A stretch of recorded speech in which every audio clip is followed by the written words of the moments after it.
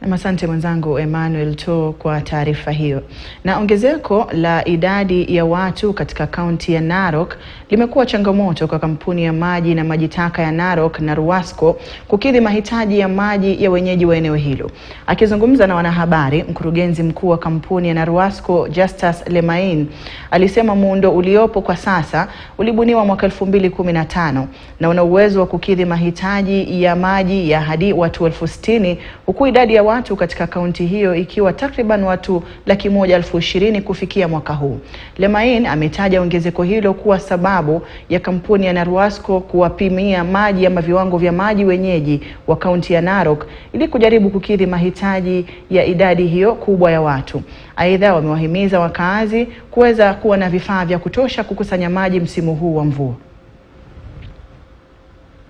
Done and completed in 2015. And the projection at that time was by 2020, this town should be having a population of around 60,000 people.